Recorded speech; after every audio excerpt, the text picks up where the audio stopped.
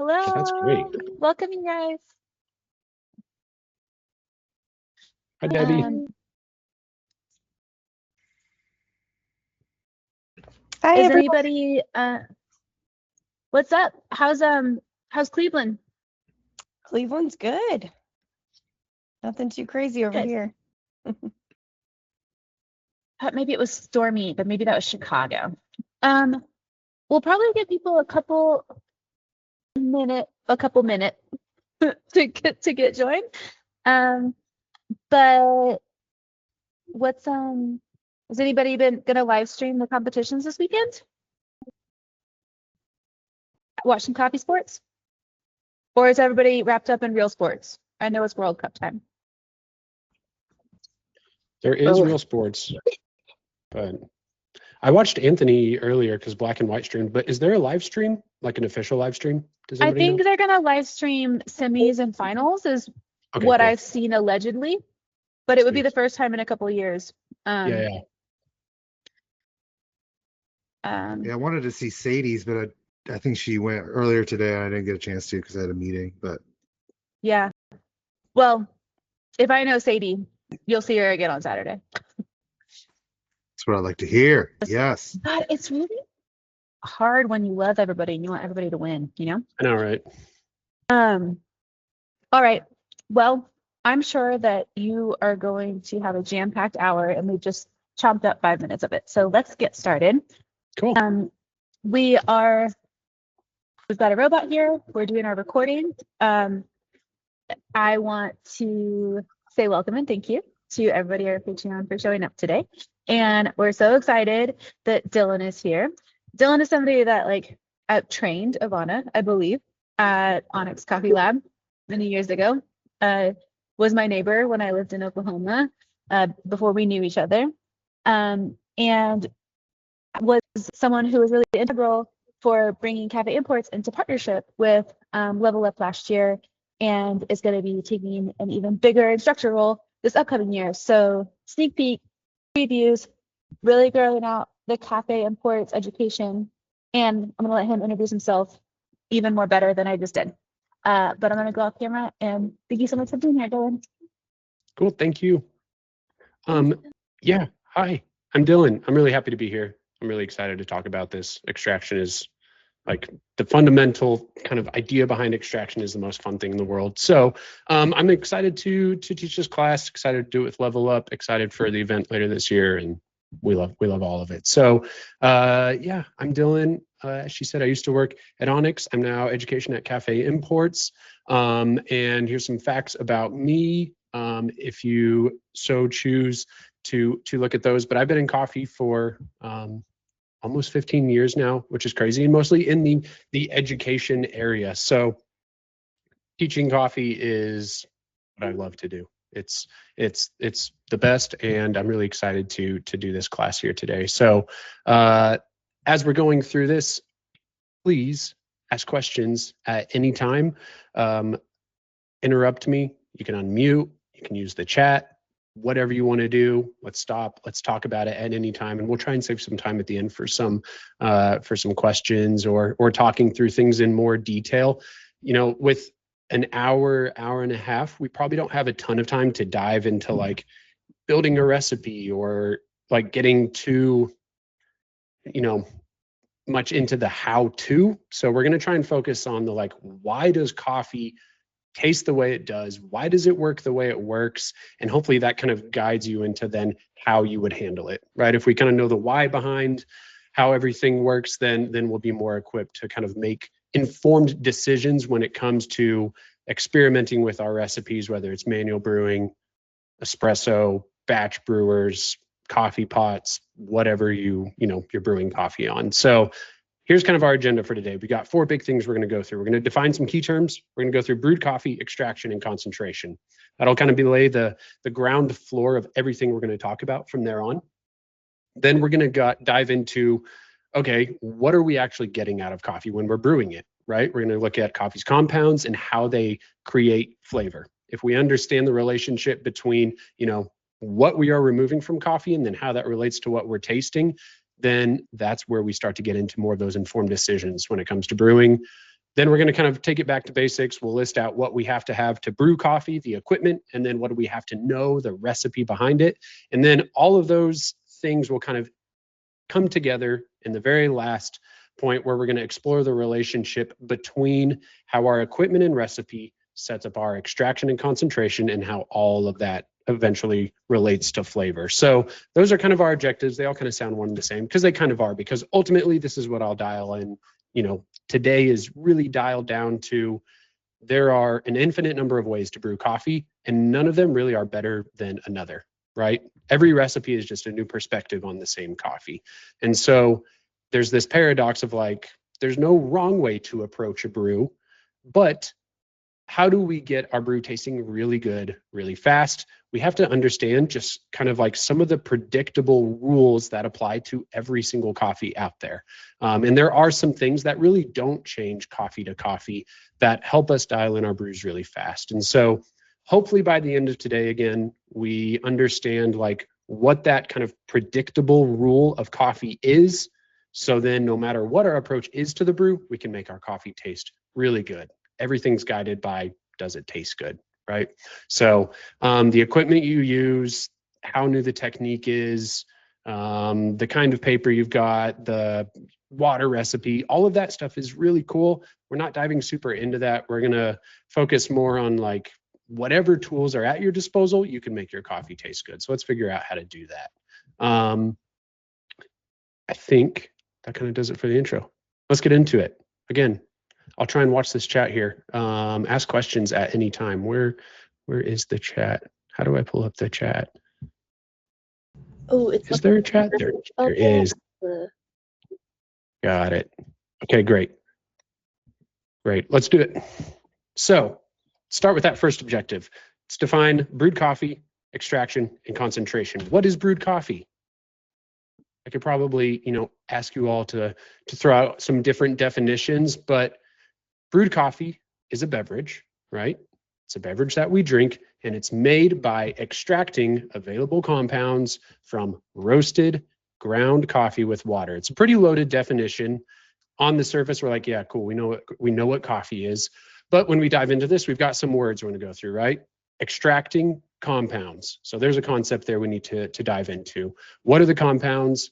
What is extraction? How does all that works? And then there's this other idea of the coffee has to be roasted. It has to be ground, right? So I know last month we talked about roasted coffee, right? The last class was about coffee roasting. And so there's these compounds within green coffee. That's where we start.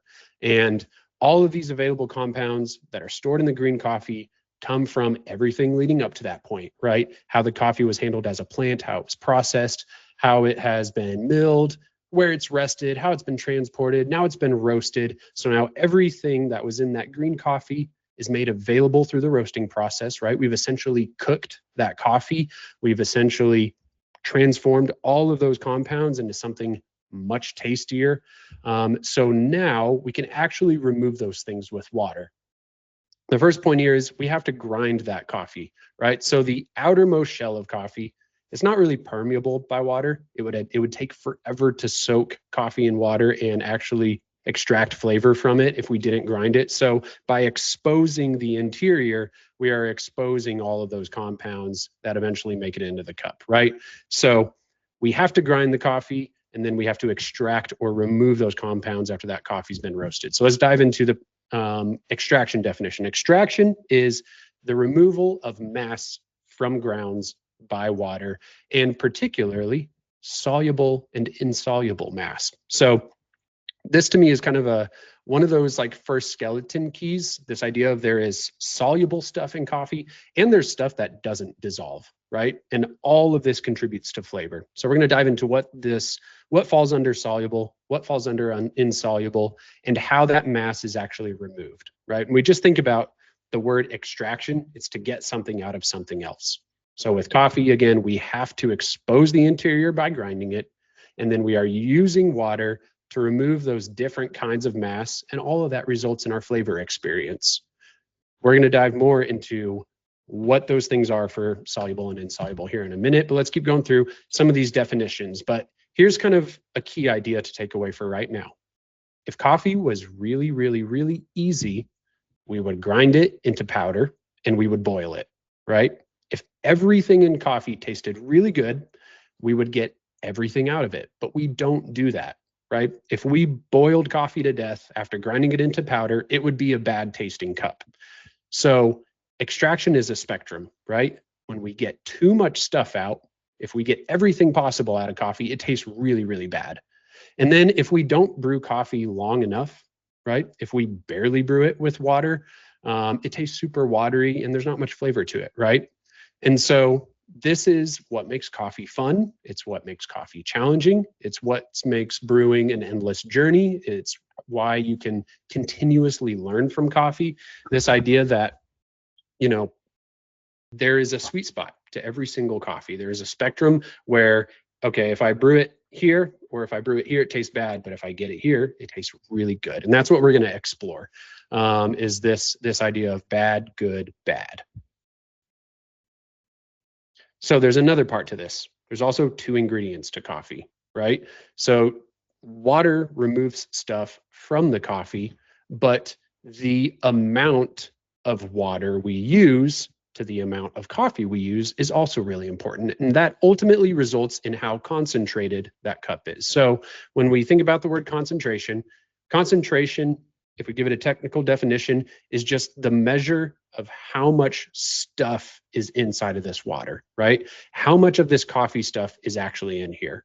If you use a ton of coffee on one brew and barely any coffee on another brew, you're going to have way more coffee in the cup of the first brew than you do in the second one, right? It's like simple, but it's a really important factor of our brewing recipe, right? So there's kind of this coin, and we've got an extraction on one side and concentration on the other, right? The amount of stuff we use versus how much stuff we're actually getting out of the coffee with that stuff we have used, right? So they set one another up.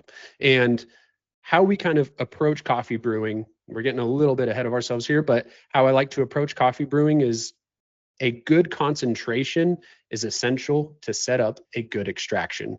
So if we think about like baking, if you use way too much flour to make cookies or way too much sugar, well, no matter how good you cook it, that cookie's going to be really bad, right? It's going to have a terrible texture. It's just not going to work, right? But if you've got a good ratio of ingredients and then you cook it too short or too long, that's kind of what I'm thinking about with extraction. It's kind of like cooking. It's still going to be bad, right? But when you have the perfect ratio of ingredients and you bake it for the right amount of time, then you get that great product, right? So all of these things kind of stack one on another to create that really great final cup. And we're going to kind of give ourselves basically some rules to follow or an order of operations to get all of these little variables dialed in. But there's 4 main variables here: how much water, how much coffee, that's your concentration, and then how long you're brewing that coffee for and what size the grind is. That sets up your extraction. We're going to revisit that idea. Again, I'm a little bit ahead of myself here, but it felt right to kind of bring that up now, is that a good concentration will set up a great extraction. So concentration is also a spectrum, right?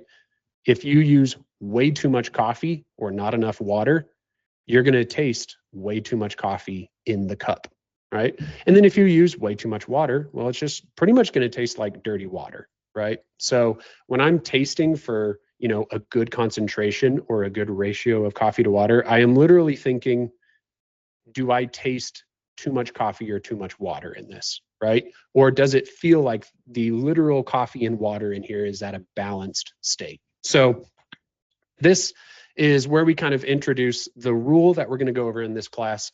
For me, I kind of call it the rule of thirds. We're borrowing here from like photography and framing and all that, but everything kind of works in threes in coffee. There is this idea of extraction on a spectrum, right? So we've got under extraction or not enough. We've got too much extraction. And then we've got this kind of ideal or balanced extraction. And then we've got concentration on our other axis. We've got way too strong, way too weak, and here we got pretty balanced. Rachel, did you have a question or a thought here? Yeah, I just wanted to see if you saw Andy's question, which I think is kind of a little bit what you're talking about, but he's asking, is concentration subjective? or is it objective? Great question. It is all subjective. It's flavor. It's very personal. It is all subjective. And that's why I've kind of got this titled here, as a zone of balance. Like that zone shifts based on person to person, culture to culture. Like there's a lot of wiggle room in this, totally. And every coffee is different. And, for example, these competitions happening this weekend, Brewers Cup, like these people have worked tirelessly to basically find what they feel is the perfect recipe for this specific coffee at this specific roast, that specific day, right? But recipes can be all over the place. So there's these kind of larger zones that we want to kind of work within, and then you can get really into those more minute details to really continue to dial it in. But yeah, totally subjective. We'll kind of put some actual numbers to this stuff. We're just kind of laying some of the theory here. So yeah, think of these rules of three. There's too little, too much, just right. And that's what a lot of coffee comes down to. So now let's kind of take the terms we have learned and that base idea, and let's bring in coffee's compounds into the picture to help us describe why are there these zones? Why is there under and over extraction and ideal? Why is there under and over concentrated and ideal? It's because of what is actually inside of coffee, right? So we talked about when we remove stuff from coffee, we are removing insoluble and soluble compounds. So insoluble things are pretty straightforward. A lot of the coffee seed is just structural stuff, and most of that is not coming through into the final cup, right? There is textural stuff. There are lipids and oils, things called melanoidins, and then proteins, things that are molecularly really heavy that water can't really break down. And then there's volatile aromatics. So there are over 1,000 of these aromatics that are constantly being released from the seed and then from the grounds and then from the brew and then from the cup. And those are being removed from the seed as well, right? So a certain amount of these kinds of things are always going to be removed. Your filter, which we'll see in another slide, will allow some of these insoluble compounds through. Then there's soluble compounds, things that actually dissolve in water and help kind of turn the brew brown. So we've got organic acids, and these are what we think of with fruits: citric acid, malic acid, phosphoric, quinic, acetic, formic. Coffee can produce just about any organic acid out there, and we create a lot of acids when we are roasting coffee, and this contributes to acidity or sourness. We've got minerals and salts in coffee. These are basically passed on to the seed from the plant for survival. We all need minerals to survive, and they survive the roast. And this can contribute to a salty flavor. So we've got acidity, we've got saltiness, we've got sugar. These things are caramelizing, and they are turning into either simpler or more complex sugars in the roasting process. This provides sweetness. And then coffee is bitter, right? There's no way around it. There is bitter things in coffee. Caffeine is bitter. A lot of the lactones produced from chlorogenic acid are bitter. And other things that the plant stores to fend off bugs, like caffeine and trigonylene, are really bitter once you roast them. So we've kind of got this full spectrum of taste over here, right? Sour, sweet, salty, bitter. And then over here, you've got texture and aroma stuff. And that is the full picture of flavor, right? Flavor is kind of this combination of everything we're experiencing, but specifically with coffee, we talk a lot about body or weight, the physical sensation.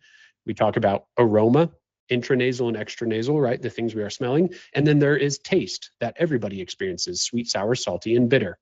So all of the things in coffee relate to these. And when we are controlling concentration and extraction, these are like little ingredients that we are just messing with, right? And we need to get a balance. The nice thing about coffee is that there are rules. These soluble compounds in particular, they all extract at a certain predictable rate. And that's what creates over and under extraction. If we don't extract enough, we know that we're only getting a certain amount of these things. And if we extract too much, well, we're getting too much of these things. So let's actually kind of look at that. But all of these things contribute to flavor. So let's break those down, how they contribute. again, I'm just going to keep rolling. Stop me if you got questions here. Insoluble compounds, the amount that get through in the cup, the oils, proteins, fibers, these kinds of variables in our brew will affect how much of that stuff gets pulled from the coffee, right? So I think about like insoluble compounds, they really have to get knocked out of the seed, and then the filter has to actually allow them to pass through. So things like pressure, temperature, how much you stir, how long the water and the coffee sit together, all kind of determine together how much you loosen these particles up. And then the porosity of your filter lets through or holds back these kinds of particulates, right? They're larger, and so a paper filter is not going to let very much oil through. Therefore, the texture of the cup will be a lot more delicate, right? Versus this mesh filter or a French press, right? Is going to let a lot of stuff through that net, so it's going to feel a lot heavier. The more oil you allow through, the more you coat your whole palate, the less you will actually experience soluble compounds, right? You'll kind of dull in the sensation of acidity or sweetness a little bit, right? So there's a balance between what we've always referred to as body and clarity, right? A filter that lets through a lot of body, you sacrifice a little clarity, and vice versa in different ways. So those are those are oils, fines, little tiny particulates, things that get through. Volatile aromatics, they get removed no matter what, and they're actually constantly being released. So they are degassing from the coffee while it's in storage. They are really degassed while we grind the coffee, right? You get a hit with a huge smell of aromatics when you grind. They're being released by hot water once you start brewing, and then there's kind of a constant degradation or release of these aromatics from the final brew. So these things make up a huge amount of the flavor. We're gonna get them, but this is where things like how you store the coffee, how quickly you brew after grinding, and then how quickly you serve, all of that provides a different experience because you're getting different aromatics kind of happening or being released at that time. So the big thing we're going to focus on now today is soluble compounds. The reason I like to look at soluble compounds for dialing in coffee is, again, because everybody has the cellular structure in their tongue to experience these things. Everybody experiences sweet, sour, salty, bitter. It's a lot less subjective than aromatics. So thank you, Andy. I'm glad this is making sense. Tell me if we need to repeat anything here.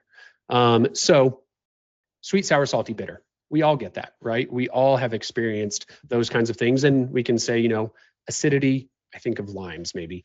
And then acidity and saltiness make each other really vibrant, right? Like a margarita, right? You salt the rim, you've got the lime, all of that makes it super vibrant and powerful and fun to drink. Then you've got sugar in there to balance those things out, because acid and salt together creates really sour experiences. Sugar balances that. But then bitterness is great at balancing all of these things, right? And so a balanced taste versus an imbalanced taste comes down to kind of your ratio of acid, salt, sugar, and bitter. So soluble compounds are measurable. That's the nice thing. There are meters out there that can actually measure how much of this stuff is in the final cup. So if you've ever seen a refractometer, we have a picture of it later, you can measure these. It's a lot more difficult to measure aromatics or insoluble compounds. So that's why we're focusing here on solubles. We all experience them, and they're measurable if you have the tool. But the main thing is we experience them, and there are rules that apply to these. So think about this seed here. This seed is 28 to 30% soluble compounds. So think about it. Whenever you brew coffee, if coffee was 100% soluble, after you brewed it, there would be nothing in the coffee filter, right? But we actually hold back a lot of stuff. A lot of the grounds, again, are structural, insoluble things, right? So only a third of this max actually relates to taste in the final cup, right? So that is what we are controlling. Are we extracting this full 30% of soluble compounds, or do we need to extract less than 30%, right? If so, where? Like, what's the right number? What are we actually supposed to extract? So let's figure that out. If you extract nothing, you get nothing. If you extract everything, you get everything. And this is, again, this rule of thirds. You got sour first, sweet middle, bitter at the end. So acids and salts molecularly are not very complex structures. Water bonds to them really easily. They get removed from the coffee super quickly, right? So acids and salts are really simple, highly soluble compounds. Sugars are a little more complex. They're a little heavier molecularly. So there's simple sugars that are a little easier, and then more complex brown sugars that are a little more difficult. They take a little bit longer. Sugars take the longest amount of time kind of here to remove. Like there's a lot of sugar to get.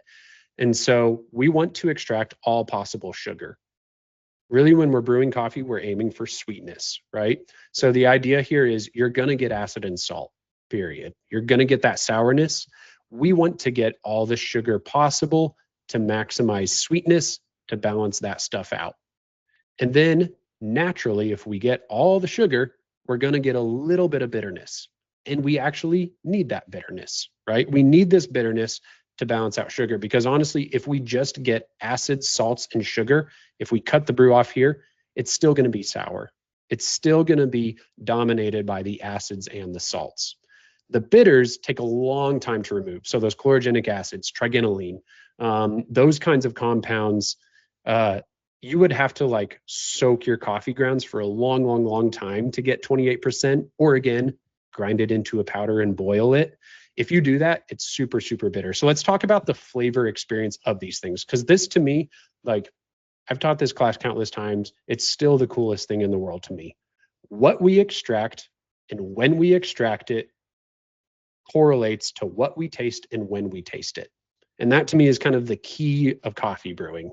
What you extract and when you extract it is what you taste and when you taste it. So here's what I mean by that. Basically, acids and salts, if you don't extract any bitters at all, it's going to be under extracted. So you're going to get a sharp, salty, savory flavor with virtually no aftertaste. It's a very fast experience, right? So when you think about, again, that lime, when you bite something that is sour, the experience spikes right off the bat, and then there's almost nothing in the aftertaste, right? The intensity of citric acid doesn't last into the aftertaste. It's immediate, and then it goes away. Under extraction has a similar feel. It's super sour, and then it goes away. So that's under extraction. Over extraction, we'll jump to the other side. If you extract too much bitters, I always think of like medicine. So like ibuprofen, right? Or a medicine that dissolves. So maybe you've had like a homeopathic like allergy med, or like some of that, like, I don't even know. Some of those just dissolving tablets. The worst part of that medicine is the aftertaste, right? That like cloying, it dries your palate out. It feels like it's stuck to your tongue, like you just want to scrape it off your palate, right? That super dry, astringent aftertaste, paperiness, right? That's the worst part of it. So the focal point shifts from here being sour up front to when it's over extracted, it's almost dead up front flavor wise. There's not much experience. And then it just gets super dry and astringent in the aftertaste. That's over extraction, right? We extract bitter last. It's the last thing we taste. So ideal extraction, you'll get an experience of acidity and saltiness, right? It's brightness now because that sugar has transformed it from sour to just kind of a bright, juicy, sweet experience. And then you get a long, pleasant aftertaste, right? So you just think about candy, milk chocolate, like a balanced cocktail like we talked about, or a great meal, right? You get the experience of everything, but the best part is right in the middle, right? Where everything has built up its momentum to right before you swallow the food or the drink, and you have this really full experience. And then after you consume it fully, you're left with a really pleasant aftertaste. So here's kind of those flavor curves over time. Again, we extract acids and salts. First, they taste like this, right? They punch right up front in the very beginning of your flavor experience, and then they die off. Sugars build over time, they peak in the middle, and then they slowly de-escalate over time. And then bitterness, you get a sense of it, but it's pretty flat. And then it kind of can take over in the aftertaste. So when you sip coffee, you can kind of try and parse these things out from one another. Think about tasting it and think about what happens right off the bat. Those are acids and salts. You'll notice how they spike and then they kind of subside, right? Then focus on sweetness. Notice how it takes a little bit to build and then it falls away slowly. And then you can find that bitterness in the aftertaste. But some of that lingering bitterness helps that sweetness piggyback on it and continue on. One of my favorite exercises to do, and what I would recommend doing if you can, is you can do it with a pour over or espresso. So let's say you're doing a pour over or even a coffee pot. Have 3 vessels. Plan to brew the coffee longer than you usually would. Catch the first third of the brew time, move the vessel, catch the middle third, move the vessel, and catch the final third. And then if you want to really keep going, brew it for longer and catch a 4th cup, and you'll get super bitter stuff. And then taste it. You'll taste a super sour first cup, a sweet, like if I could do it right now, this is what we would do in the class. You'll taste a sweet middle cup, and then you'll sense that bitterness, so that when you kind of like separate them all, you'll kind of start to parse them and then pour them all back together. And then you'll notice the complexity of everything playing with each other, right? How they all help each other. So acids and salts first. That's also what you notice first in your flavor. Sugars in the middle. That's what you notice in the middle. Bitters in the end. That's what you notice in the end. So when you start brewing, if you taste a cup and it's like, this cup is really sour, well, that probably means you're not extracting enough, right? Where did my thing go? You're not extracting enough. You need to get more to balance out that sourness, right? Or if you taste a cup and it's super bitter, okay, I've brewed too much bitterness out. I need to extract less to find that sweet spot. So flavor will always kind of guide you the direction you need to go. We'll get a little flow chart here in a minute. I've spent a lot of time here, but to me, this is kind of like, this is the thing for me where coffee like made sense. I was like, sour, sweet, bitter. So as long as I can recognize it's always sour first, sweet in the middle, bitter at the end, then I can always figure out I'm under extracted, ideal, and over, rather than just guessing on like, I think it's over extracted because I've heard that people use that word before, right? No, we need to make informed decisions based on what we're tasting. And that's kind of that rule of thirds that we talked about, right? Short is sour, middle is sweet, long is bitter. Andy, go ahead. So would the variable in this instance be the grind size of the coffee that would kind of determine this portion? Totally. You're 100% on. So that's where we're going next. We'll kind of bring a recipe here into the mix, but extraction to me is kind of the biggest thing that kind of makes or breaks the brew, right? The thing that controls extraction is exactly that. When you grind smaller and expose more and brew longer, you drive yourself toward more extraction and more bitterness, right? But then when you grind coarser, you make the particles bigger and more resistant to being brewed, and you brew it a lot faster. Well, now you're driving yourself back towards less extraction, right? So you're just kind of course correcting. And so little adjustments have big impacts in coffee for sure. Again, we're messing with these little minute percentages. But yep, that's exactly it. It's grind size and brew time. So here's what we're going for to wrap this section up, and then we'll get into kind of those brewing variables here.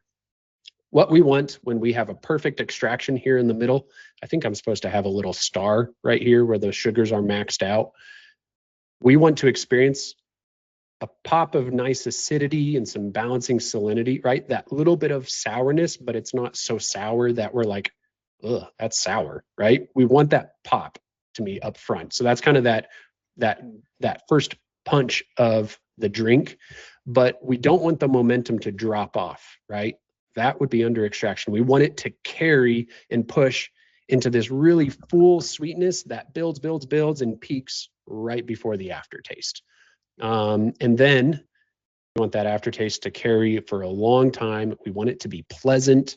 We don't want to sit there and be grossed out by what we're tasting in the aftertaste, right? We want a long, sweet aftertaste. And to me, this is kind of like, no matter the recipe, no matter the format, like this is a flavor arc we enjoy in almost any food or drink, right? Intensity level is relative to whatever the ingredient. It's relative to the coffee, but like this kind of flavor arc, I think is fairly universal because again, this is, I say flavor arc, this is about taste. Taste is a small portion of the entire flavor experience, right? A lot of flavor is going to be built by those volatile aromatics that are reminding us of different fruits and chocolates, right? This stuff doesn't directly say fruit and chocolate, but it's that kind of underlying chemical reactions on our tongue that helps those aromatics and that texture then, you know, kind of sing and work together even more. So this is something you can kind of clue in on, and it will guide a lot of your brewing decisions for sure. Hopefully that makes sense. That's what we're looking for. A little bit of everything, right? So balance is the name of the game. Brew necessities. We'll quickly go through some of these variables and hopefully kind of tie like, okay, here's how we now make decisions with the equipment that we have at our disposal. I'm gonna take a drink.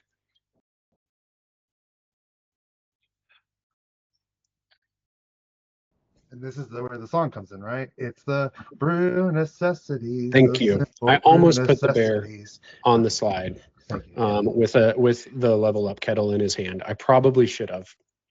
So brew necessities. I'm glad you're here, Andy. What equipment do we need to brew coffee?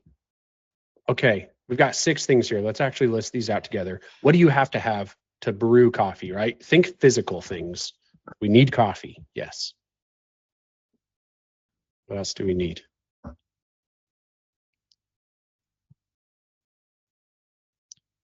We need a grinder, a kettle, a way to transfer our water, right? Grinder is usually the one that can be like elusive, so we're already doing good. Yeah, we've got coffee, we've got grinder, we've got our kettle or kind of our brewing apparatus. If we're using like a coffee pot, I guess. Scale, it's great to measure. We're going to include it because we're talking about making good coffee here, right? We're not guessing. Filter. And the last one is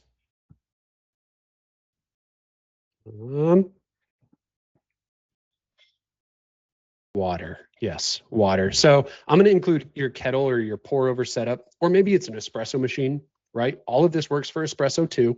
Or maybe it's a coffee pot, but we got coffee, water, grinder, scale, your brew setup, your device, I guess, and your filter. Cool. That's what we need to brew coffee, right? I would also say a way to heat the water, you know, if you don't have a kettle, right? There's a lot of like little, but just roll with me on this. These are kind of the 6 essentials. We won't get too detailed on it, but we got to have these things to make a cup of coffee. So these are the things that are at our disposal. This is what our recipe is built on. So now what do we have to know to brew coffee? This is another set of 6 things we have to know. Can I even remember it? It's been a while since I've taught this class. What are the 6 key variables that we kind of need to know for our recipe?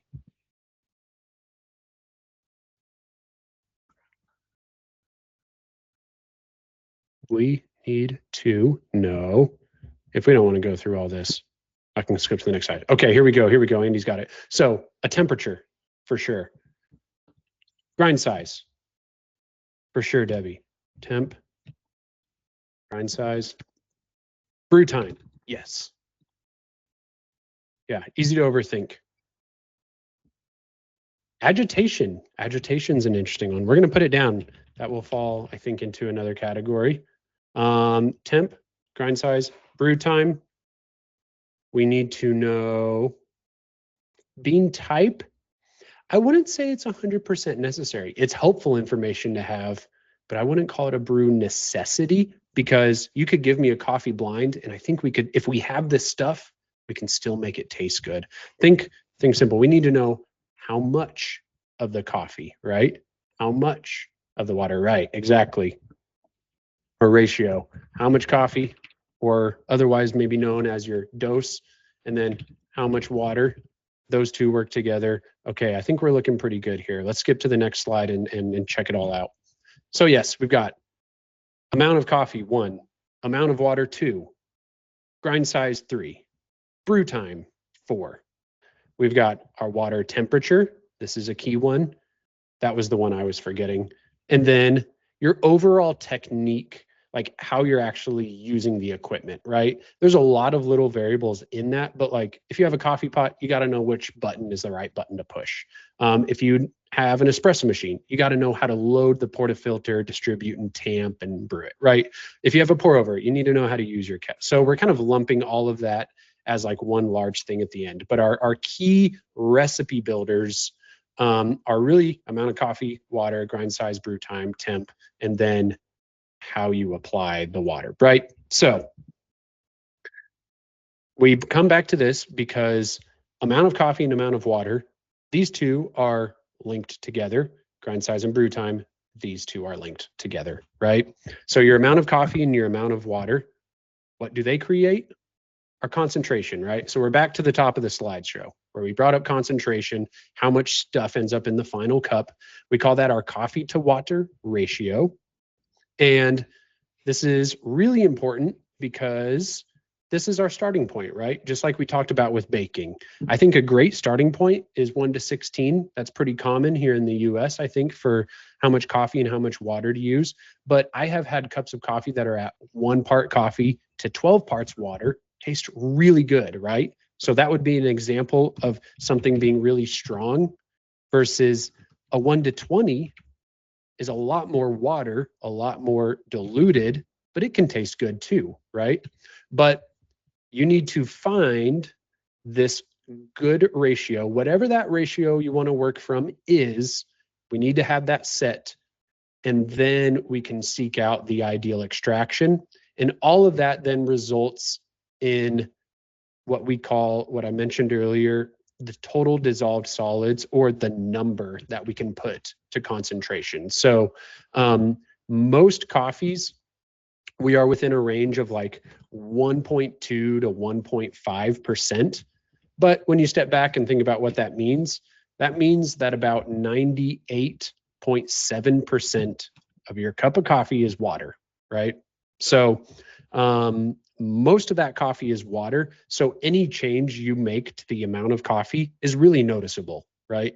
If you change your ratio of coffee to water at all, it will have a big impact on this number, and it'll be extremely noticeable. So that's why you kind of want to get this set first. If your coffee is way too strong, then changing your grind size and brew time will change the flavor, but not very much. Like if your coffee is so strong it tastes like barbecue sauce, like no matter what you do to the grind size, it's probably still going to taste like barbecue sauce. So get that concentration right. And again, the way to do that is start out at a middle range, 1 to 15, 1 to 16, 1 to 17. Brew a cup at what you think is about a good amount of time and taste it. And just think, do I taste way too much water? If no, maybe you're good. Or if you feel like, I could use a little more coffee flavor in here, add a little more coffee to the dose, right? Break it down simple and just think of ingredients. How much coffee do I taste in this water? Right? That's a good place to kind of help guide your discovery of the correct ratio. Hopefully that makes sense. It's not very strategic, it doesn't sound like, but that's the way to do it, is just start in the middle and then decide from there. I think 1 to 16 is actually too much water. I think I want to go down to 1 to 14.5 ratio. Let's see, what time is it? How much time do I have to go off on a tangent here? Always remember that 1 milliliter of water is about equal to 1 gram of water. So 400 mils is 400 grams.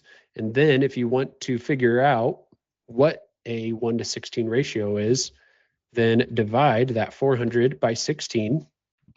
And that will tell you that, I think it's 24. You need to use 24 grams of coffee. So what I'm saying here is, if you're using a 1 to 16 ratio, figure out how much water you want to use.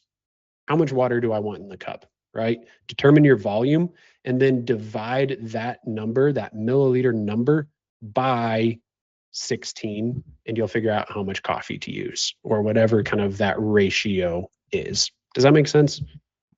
Just remember 1 mil equals 1 gram. And you can kind of go from there. Hopefully that makes sense. I know it's like easier to show than it is to tell, but Andy claps, good enough for me. Let's move to here. So here's just a little more detail about kind of how to guide your decisions, right? Again, 1 to 14 to 1 to 18 is typically a balanced range, depending on when you get into some like the world of crazy coffees, you might get into these areas. And again, this is very cultural. I've gone to places where, you know, like coffee is brewed weaker in some areas than other parts of the world. So a lot of this comes down to just your natural taste. Don't let anybody tell you you're brewing your coffee with a bad ratio. If you like it, you like it. So a balanced ratio usually lands you in this 1 to 2 to 1.5. And we're looking for a balance between flavor and texture, right? Or the balance between the coffee and the water. If it's way too strong and it's overwhelmingly heavy and savory and you can't taste the water, use a little less coffee. If it's thin, sharp, watered down, can't taste the coffee, then maybe you need to add a little coffee. Right? Too strong is just way too big of an experience. It's like it turns the volume all the way up and it never goes back down. If it's way too weak, the volume isn't loud enough. Again, sweet spot, somewhere in the middle. Cool. So the next factor, grind size and brew time. That equals our extraction, right? So everything we talked about on that scale of sour, sweet, bitter is controlled by grind size and brew time. So think about grind size first. The actual size of the particle. If you make that particle a lot smaller, it's a lot less work for the water to get into that particle, dissolve everything, and remove it. Extraction is a 3-step process of saturate it, dissolve it, and remove it. So the smaller the particle, the easier that process, and the more quickly it can happen, right? Versus really big particles, really big grind size, it's going to take a lot longer for the water to fully penetrate into it, take the time it needs to dissolve that stuff and remove that stuff. And it's a 3D object, right? So with big particles, the outside will be far more extracted than the core of that particle in the certain amount of brew time, right? So there's kind of like all these little balancing factors going on, but ultimately grind size and brew time need to work together. To hit that perfect sweet spot, we're basically seeking out the perfect grind size that gets extracted that amount in the exact amount of time that the brew is happening, right? So it's that little balancing act of letting all of these 3 things happen thoroughly, but not too much time, right? So on your grinder, your larger number is coarse usually, and your smaller number is fine, right?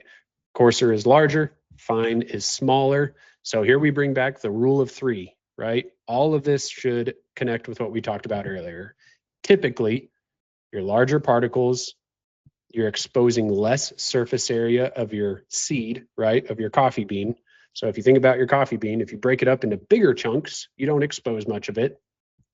So you need a longer brew time to extract those big particles. But typically, big particles allow water to flow through really quickly when it comes to pour overs or batch brewers or coffee pots or espresso, right? Versus like a French press or a clever dripper where you can allow the water to sit and then you tell it when to stop brewing. You can actually control that and you can brew for a long amount of time. But a lot of times in our pour overs and our espresso, if we're too coarse, the water flows through too easily. And so we're almost always taking 2 steps away from extraction when we go coarser with our grind size. It's kind of exponential. The coarser and coarser and coarser you go, the bigger and bigger it gets, the more and more resistant to extraction, the faster it flows, right? So it gets really easy to under extract if you just take your grind size really coarse out of nowhere, right? And same thing with fine. If you go super fine, well, now you expose a ton of your original seed. They're super tiny pieces. They brew really easily. You'll get the bitter stuff very quickly, and they can cause your brew to choke, right? They can cause that flow rate to slow way down as the water passes through a sandy texture versus a rocky texture, right? So again, that perfect balancing act balances contact time and flow rate with resistance to extraction, meaning like how big that particle is and how long it takes that water to saturate it. So all of that stuff, again, goes back to what we talked about earlier. If you're way too coarse, you tend to get way too sour. If you're way too fine, you tend to get way too bitter. The perfect grind size hits just the right amount of sweetness. So a great way to approach brewing, and I don't know if I have this chart here. You can actually look up a really old article called the 80-20 method on Barista Hustle. It's a free blog. It's a great little flow chart of taste the coffee. And you ask yourself, is it bitter? If not, maybe you can extract more and grind finer, right? Because you're not too bitter yet. And then if you taste it again and now it's bitter, well, maybe the other one was just right. So now I'll go back, right? Or if you start out and you taste it and it's bitter, you know you've extracted too much, so you need to go coarser. So kind of asking that question of like, is it bitter yet? Is a great way to tell yourself like, maybe I can still get more sweetness out of this cup. Maybe there's more to get out of this coffee. And you can kind of continue to extract more and more and more until you hit a point of like, now it's bitter. I'll go back one step and maybe that's the perfect spot to just sit right there for the grind size, right? So that's a good resource. But going back to that rule of thirds, again, you've got coarse, medium, fine, sour, sweet, bitter, acid, salts, sugars, bitters, or ASSB. Ivana heard me say that all the time, probably when we did our training. Even the kind of official documents out there, our coffee brewers control chart, right? It's a rule of thirds. You've got that, again, under, ideal, over, ideal, under. And this chart is what we use to help us find the right extraction when we have that refractometer tool.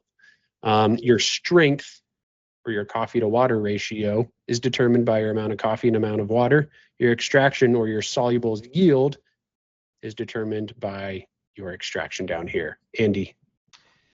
Is part of this coffee specific? And so, like an Ethiopian bush or land race versus a Colombian Caturra, right? Like grind size may be perfect for each specific coffee. Does that question make sense?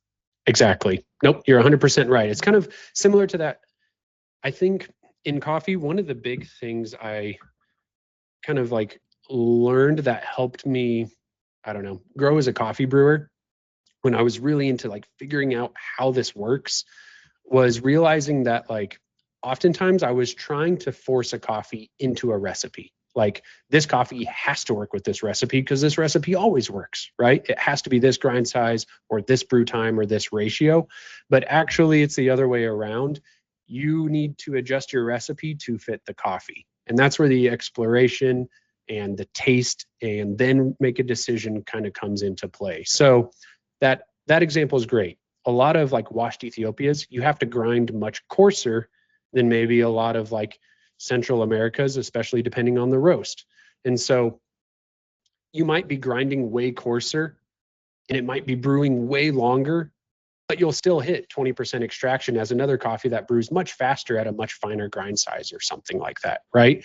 And then there's coffees out there that taste great at 17.5% extraction, and there's coffee that need 24%. Like there are coffees that taste good out of this box. We like even the box I drew earlier, or I get scared to put TDS numbers to coffee because I've had coffees break the rules, and a lot of times those are the most memorable cups too. So I don't know. I think like every coffee will tell you where to go. Taste it, think sour, sweet, bitter, and just see what it tells you. And if it feels like, oh, this is kind of a long brew, maybe that's what it needs. Don't fight the thing it naturally does, but lean into it and see what happens. Totally. There's so many times you can brew, and that's where it kind of does come down to like have a reliable recipe you start at. And then the better you get at this tasting exercise of sour, sweet, bitter, you'll make better and better guesses to where maybe one adjustment and you're like, oh man, that's actually really good. And maybe you don't need to worry about it more than that, right? So it's practice. It's totally practice. And then when you do have those $75 coffees, you feel a lot more confident. So tasting mindfully and learning those patterns of under, over, and ideal to your palate, that's what it comes down to. Yeah, again, that's that same thing just kind of laid over. So my best advice, find your concentration first, right? You don't want it too weak or too strong. You're set up for failure if it's too weak or too strong. Get it feeling balanced in concentration, or that coffee to water. Then make an extraction decision. I think there's more sweetness in here. All right, let's extract more. Or it's getting a little bitter. Well, take it one step back, right? Then from there, then you can kind of mess with the minutia of, I'm going to agitate it a little bit more, right? Or I'm going to turn up the temperature a little bit more. Anything you do though to your technique, right? Like if you make it more aggressive, it's probably going to extract more. If you make it less aggressive in your technique, it's probably going to extract less on a very minute scale, but that's where you can kind of get then into the minutia details. We're kind of talking about these like water to coffee ratio and then grind size and brew time. Those are the big four. If those four pillars are off, then all of the, like, I've always described it as a house, right? Like you've got your pillars of amount of coffee, amount of water, grind size, brew time. Your technique is just the little roof up on top. But if your pillars are bad, it doesn't really matter what your technique is. Once your pillars are good though, mess around with your technique and see what happens. That's where you'll kind of learn about some of those little more nuanced things. I think another big thing here is, I'll come back to that in a minute. When it comes to technique, also think about what you're doing at different times of your brew, right? So at the beginning of your brew, when acids and salts are being extracted, if you're really aggressive with your agitation, you're going to force yourself through that part of the brew or through that phase of the extraction really quickly into the sugars, right? So maybe being gentle in the beginning and extending the amount of time it takes to get acids and salts and sugars is good. Or maybe you need to be, so like you can start to think about like what you're doing and when you're doing it can also affect what you're tasting and when you're tasting it, right? So I don't know, you can start to get a little bit lost in the sauce, and that's where it's fun. But here's kind of like all the charts we've talked about, right? The middle is sweet and long lasting. That's where you get ideal extraction and concentration, right? A nice pop, rise to the middle, long aftertaste. If your cup just feels super intense all the way through, use less coffee. If your cup feels super thin and watery, use more coffee, right? If those don't feel like the case, right? If it doesn't feel thin and watered down and it doesn't feel like barbecue sauce, then maybe it's an extraction issue, right? If it's super bitter in the aftertaste, again, these two, right? Those two can kind of cosplay as each other, but if it's super dry in the aftertaste and you feel like you've got a good ratio, grind coarser or brew it for less time. And then if it's super sour, grind finer, brew it for a longer amount of time, right? So that's where you're kind of practicing to diagnose what's going on with your cup, right? And focus on one variable at a time. Get your concentration first, get your grind size second, and then mess with your technique. Otherwise, try and keep your technique like the same always when you're dialing these four in. If you're changing up your pour patterns and you're stirring one time and not stirring another, brewing at 205, now I'm at 198, while you're still messing with your ratio of coffee to water, it's going to be really, really difficult to diagnose what's going on. So keep your technique locked in while you're discovering what these four should be, right? Your amount of coffee, water, grind size, brew time. Do I have anything else? It's weird how those pictures morph. Questions? I didn't talk about how to manual brew. I didn't go over how to dial in an espresso grinder. So if you have specific questions, this is a great time for that. The big difference between manual brewing and espresso is just the ratio of coffee to water, right? Espresso was way, way, way, way stronger and it's brewed under pressure. The pressure ultimately just affects what the cup kind of looks and feels like, but it's that concentration that's super different, but it's the same concept. It's the same idea of like not enough coffee, too much coffee. It's way stronger, but we're still aiming for kind of a balance between the coffee and the water in the espresso machine. So I know I didn't get too specific into brew method, but I don't know. I figured kind of the theory of taste and extraction to me has always made the biggest difference. So that's where we went today. Cool. Questions? That was amazing. How'd you get to be such a great educator is my question. Come on, Dylan. Lots and lots of practice and other people teaching me, basically. Lots of people taught me all these things. I remember the one day that all of this clicked for me, actually. I was on bar on a snow day. Nobody was in the cafe. And my boss at the time came in and dropped 3 5-pound bags of coffee on the bar. And she said, make these taste good, basically. And we explored sour, sweet, and bitter. And that's when I was like, okay, I can kind of like visualize that rule of like those 3 things. So that was the day that helped unlock this. And it was just practice and tasting. Yeah. I love that story. I had it my first week at George Howell. I Mhm. walked in and they handed me a 5-pound bag of Raboya and we're like, get to know this coffee. And like to this day, I know that coffee. Well, that coffee doesn't exist anymore. I miss that coffee. But yeah, it's like it's time. Yeah. Thank you. Yep. Andy, did you have a question? Yeah, I got 1,000, and I apologize if I'm like taking No, it, hit but me. I've never worked in a coffee shop, and so for me, this is, yeah, I want to teach people how to make coffee at home. I think it's important. So I noticed that you didn't really touch too much on temperature, so much as like, Mm. you know, actually having how much water you use. Do you find that there's a, 208 maybe too heavy always for a coffee, but maybe, I've read maybe dark roast should sit between 193 to 198 and maybe 201 to 204 for some of those lighter roasts. Is Mhm. that kind of a good playground for that? That's a great point. I didn't really dabble in water quality or temperature very much. But for temperature, we always say 195 to 205. And I would agree, like for the most part, the darker the roast, the easier it is for water to kind of dissolve those things. And there's more bitter compounds in a darker roast. So backing off on the temperature can kind of help stave off some of that very available bitterness and just slow down the overall extraction. So again, I think of it as another dial for extraction. The cooler the temperature will kind of like help you slow down, and you might just not get some things that you would if you used 205. There's thresholds for all of these compounds in the coffee of like they need this temperature to even bond and be pulled out. So, but 195 to 205 is where pretty much everything is available. If you go over 205, you tend to kind of get stuff you don't want. But again, it depends on the coffee. But I've rarely brewed a cup that using 208 water that tasted good. Elevation where you are in the world is another factor. But like if we're kind of, talking about the basic rule of thumb is usually a good rule of thumb. And I don't know, for some reason I've always personally used like 198. I don't know why. That's just always where my starting point has been.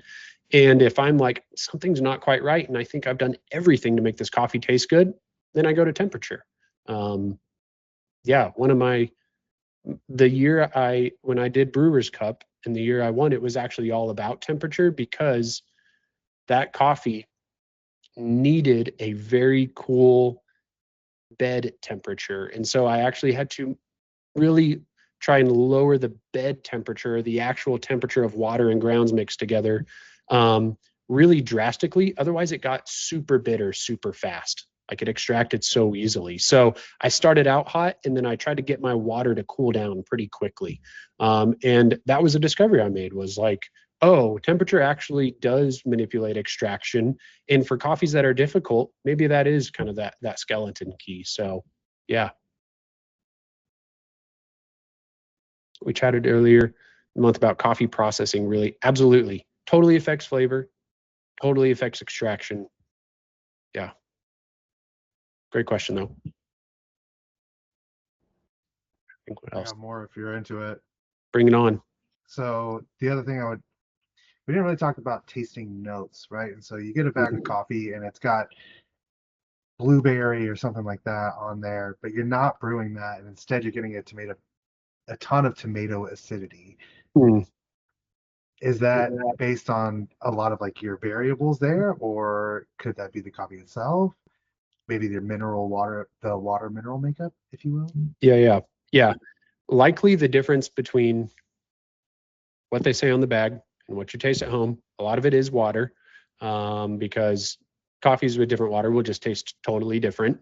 And some of that's avoidable, some of it's not.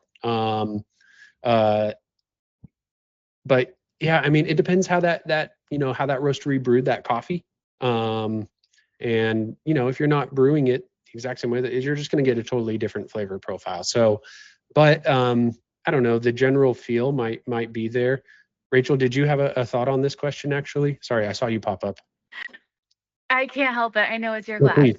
I mean, I agree. Like it is challenging to like completely replicate what people have in the coffee shop or at home. And sometimes people get a little flowery with their language because they want you to buy it. That's marketing, right? And like a lot of times people might use words that would sound maybe like tart blackberry when actually they mean I have a Kenyan that's really presenting tomato because I had a roasting problem, right? Like, and they want to reframe it. And so then they've set a bar that you cannot actually reach, or that maybe they would have hoped to have reached, or it maybe did taste like that when it was fresh, but they don't freeze their coffee.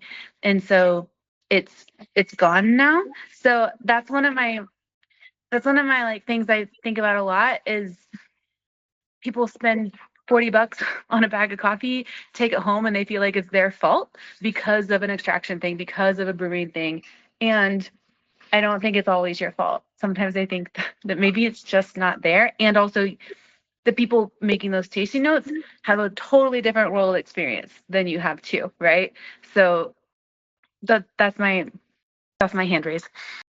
Totally. I mean, calibration is such a thing in these companies. You learn the people that you cup with, and I would taste something and I learned that the person who was the official cupper, they associated that thing with orange. So now I would put orange on my thing because like we calibrated to that idea. And so for me, it's like I focus on sweet, sour, salty, bitter, because once those are in balance, everything kind of pops. One of my favorite words, about coffee is the idea.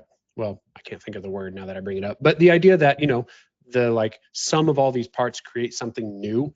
Once you get that extraction in balance, then you'll get flavor notes being created. And I wouldn't worry about those flavor notes matching on the bag.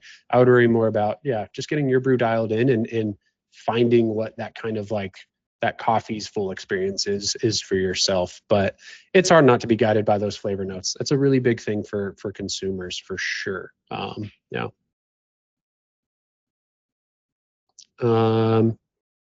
Listen, Andy, I've got till 5:30 here, so hit me if you got more questions. That's Okay. what I'm I here mean, and for. I have very strong opinions on tasting notes. So Great. because everybody's taste is different, right? Like Mhm. honeysuckle is a big one that you see on bags, but I live in Nebraska and we don't grow honeysuckle. So I don't know what it smells like and I have no idea Yeah. what it tastes like. So the next question I would have is agitation. You had mentioned a couple times about stirring. Do you actually physically stir that, or is that based on like your pouring method and how close you have your kettle to your water? And I'm mostly talking about pour over because I don't drink a lot of espresso. Yeah, no, both for sure. I've messed with a lot of different kettles and stirring versus not stirring, and agitation is one of those things where it's very much a like you just got to try it out and then see what it tastes like, and it'll work differently all the time, and you'll start to find patterns though. But one of the things I like really focus on, especially when it came to training for a cafe setting, was consistency in flow rate and actually the pattern of where the water is physically touching the bed. So like if I want to do a spiral pour, I like would practice, even without coffee, I would have people practice spiraling and touching parts of the bed that they hadn't touched before, or keep in a circle on the same path always, like almost thinking of it like you're drawing, and where is that trail you've left behind. Because if you favor half of the bed, or you're just kind of all over the place, it's kind of hard to say like, well, this equal that.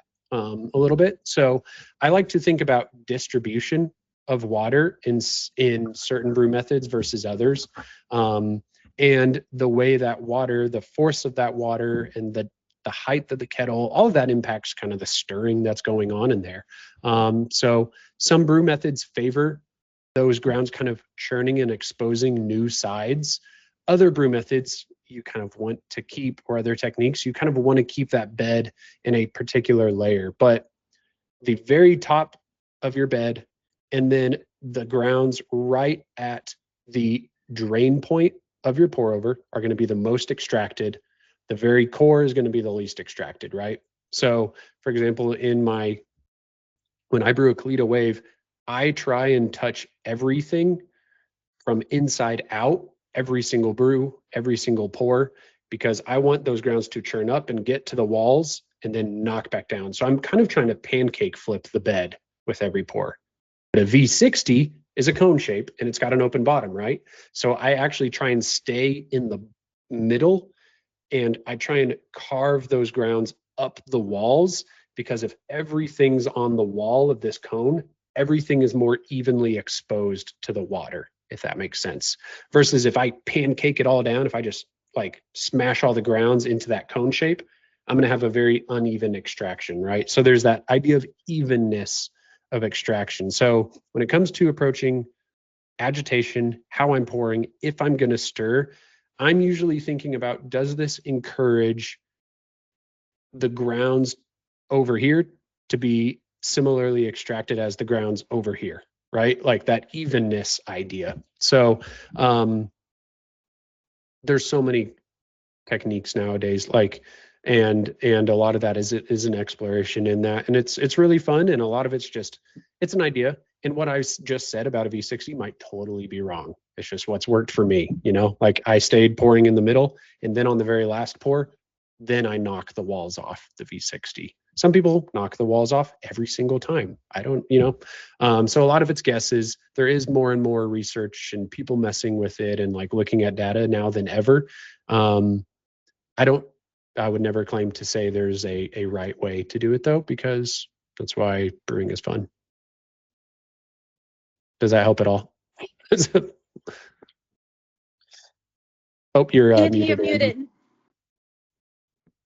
There we go. That actually is very helpful, because my follow-up would be is it coffee dependent on using a flat bottom dripper? Like all espresso seems to be flat bottom. Is there any cone bottom espresso machines? I've never 'Cause seen maybe we have somebody write that down. Let's try it. Yeah. Pressure wise, hey, espresso machine lady, could you have a cone bottom espresso brewer, or would that be fucked up because of the pressure? It's like trying to cook a triangular cone shaped steak. It'd be like trying to cook a triangular steak. You can't do it. ALJ said so. That's the law. Yeah. Try to. Never heard that idea though. It's a pretty interesting thought. Channel So Central. Yeah. Yeah. is there is it coffee dependent on using like a flat bottom dripper versus a cone dripper like the B60, or is it just it comes down to personal preference on those? Yeah, they're all just new perspectives on the coffee.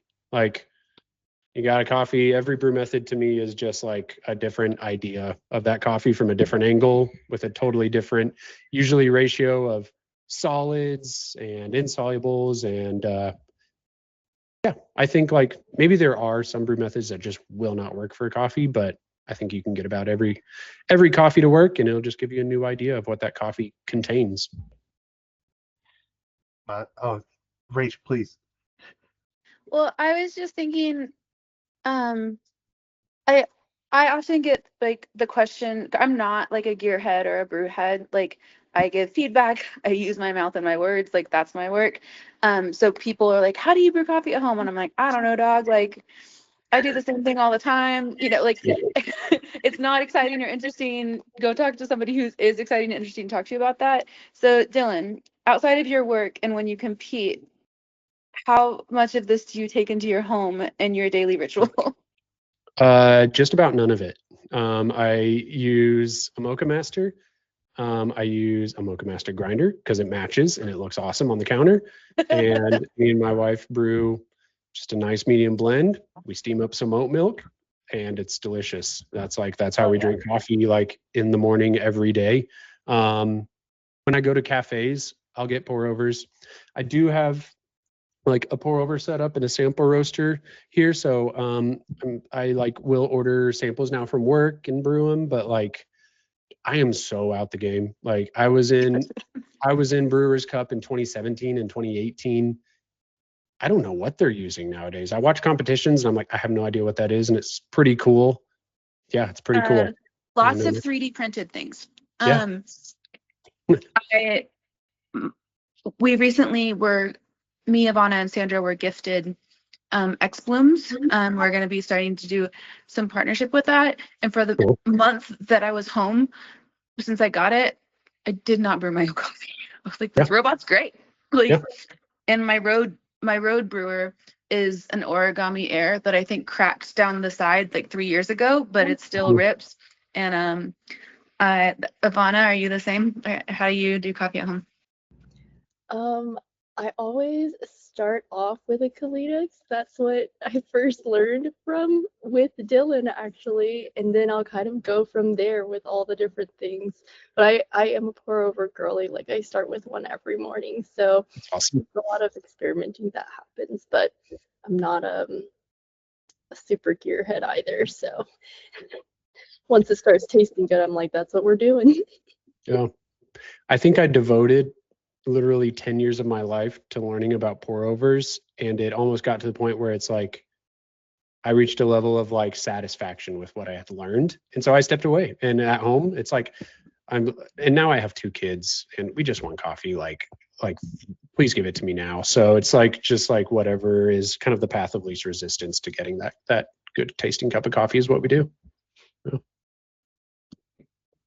Yeah. Any other questions or thoughts? Yeah, one more if you're into it. Hit me. So when we're talking about TDS, it's TDS in time. So I know that grind size presents a really big part, but let's say we're doing, 1 to 16, 300 milliliters, right? Like just a really simple cup. Is there an ideal time for that? Or is that, because I would shoot for like 230, or again, is that really coffee specific? It's coffee specific and technique specific. So like the way you approach that ratio and the way you naturally just pour will kind of tend to give you your average drain time. So like Ivana was talking about with a Kalita, I knew that 25 grams to 400 grams, my average drain time for the average coffee was 3 minutes. And so then you kind of like learn that like, okay, this is my average. That way now if I brew a coffee at my normal grind size, but it goes way longer than that, then I'm like, okay, I'm in for a little bit of a ride dialing this coffee in. I'm probably gonna have to go coarser. I should probably expect a naturally longer brew time, and that's fine. Again, we're not trying to fit a coffee into a drain time. That's a pretty much a fool's errand with some coffees. You want to let the coffee do the talking and follow what it wants. But it's good to have your starting recipe, your starting technique, and your kind of average drain time in mind. That way you're kind of know what to adjust from there when you get that coffee that is a little bit different. So does that help? I know that's not very actionable advice, but every coffee will be different. Yeah. Yeah, totally. Yeah. That's the other thing, And- right? Like it's practice. I'm about to go buy a 5-pound bag just so that I can have Yeah. consistency. There you Because I'm go. good at having 17 different bags in my cabinet, but they're all slightly different, right? Listen, feel when like- you're, oh, go ahead. I was gonna say, I was thinking about mornings again because I also do pour overs, but I feel like I always default to the same recipe and my body can do it without me actually like paying attention. It's almost like your free throw. I don't do sports. I think that people do the same free throw shit all the, like each time, and you repeat it. And then if it's like really off, then you know how to like correct. And it's like you can tell exactly like Dylan was saying. So yeah, I think practicing with the same copy over and over to dial in your thing, and then that will help guide you through the whole jungle of coffees in the world, Yep. And again, go back to sour, sweet, bitter. Like, is this super sour? Okay, I need to extract more, right? Is this super bitter? That is what it is. I need to extract less. Let the flavor and kind of your experience be your guide there more than the numbers when you feel a little lost. Yeah. Yeah, I don't know. Some coffees are anomalies. Some coffees just do stuff weird, and that's just what it is. And those coffees are fun to learn. That's where you learn a lot, I think. But yeah, cool. Anything tasty recently?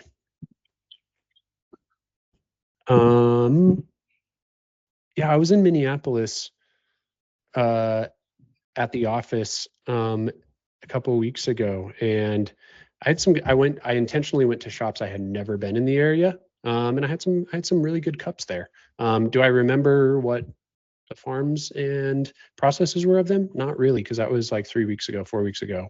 But I had some good coffee there, trying some new places. What is the name of the place we went to?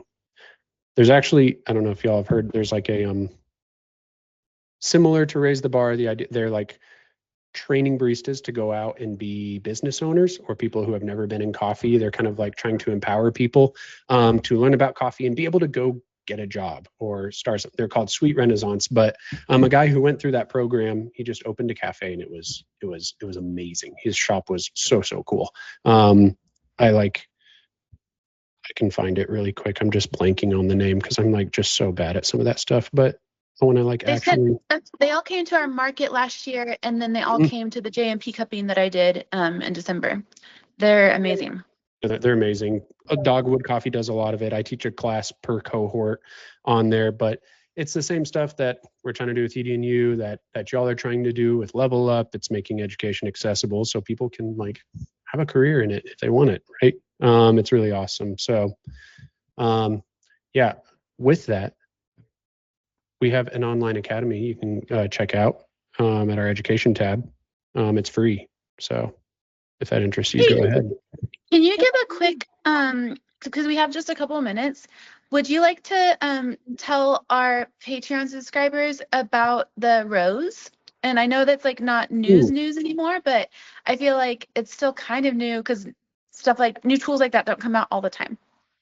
Sure. Yeah. So another one of the things we have put out in recent years is the Coffee Rose. And so sensory analysis is like a huge part of our business, right? We're cupping 30,000 samples a year. We have a team of 5 people in the US and then a team in Europe and a team in Australia. It's all they do is sampling. And it's really important that we communicate really well with the people we buy coffee from, that they understand what we're tasting, what is being valued in the market, that when we come in on Monday and we write down peach, it is valued the same as when we come in on Friday and we woke up on the wrong side of the bed and we still wrote peach, but we scored it different. That's what we're trying to avoid, is like, how can we take a subjective experience and make it as objective as humanly possible? And so I think the coffee industry likes to say we follow standards of sensory analysis, but we do not. Sensory science is a discipline, and it's very different than what we think of in cupping. Cupping is trying to blend multiple disciplines, and that's not possible. So we are trying to basically set up an environment and then create a test format that is more objective, even though we are still claiming to be a professional like taster, right? Like we are trained to taste coffee. So the idea with the Coffee Rose is it is a flavor wheel, an iPad, it's an app, right? It's a flavor wheel, and each layer of the wheel gets more and more specific as you go out. And then there is an intensity bar that is basically 4 levels. And let me see, I'm not explaining this well. So what you are doing is describing the coffee by interacting with the flavor wheel. The more specific the flavor note, the more impact it has on the score, and the more intense, the more impact. For better or for worse, we assign connotation and values to every single word on that flavor wheel. So there's like, I've been told the number, but there's hundreds of thousands of combinations of words. All of those words are weighted.